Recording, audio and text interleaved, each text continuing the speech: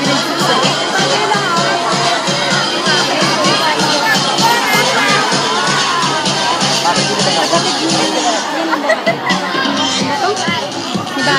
Gio, Golip!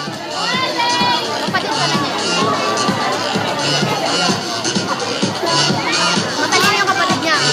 Pagdating sa kuya, no? Alam ba, naglalaro ng tep. Sabi ko naman nila. Ay, baka umuwi ka na. Sigaw kaya nung sigaw niya. Susundan niya ng grade 11, Can't Take My Eyes of You. Wow!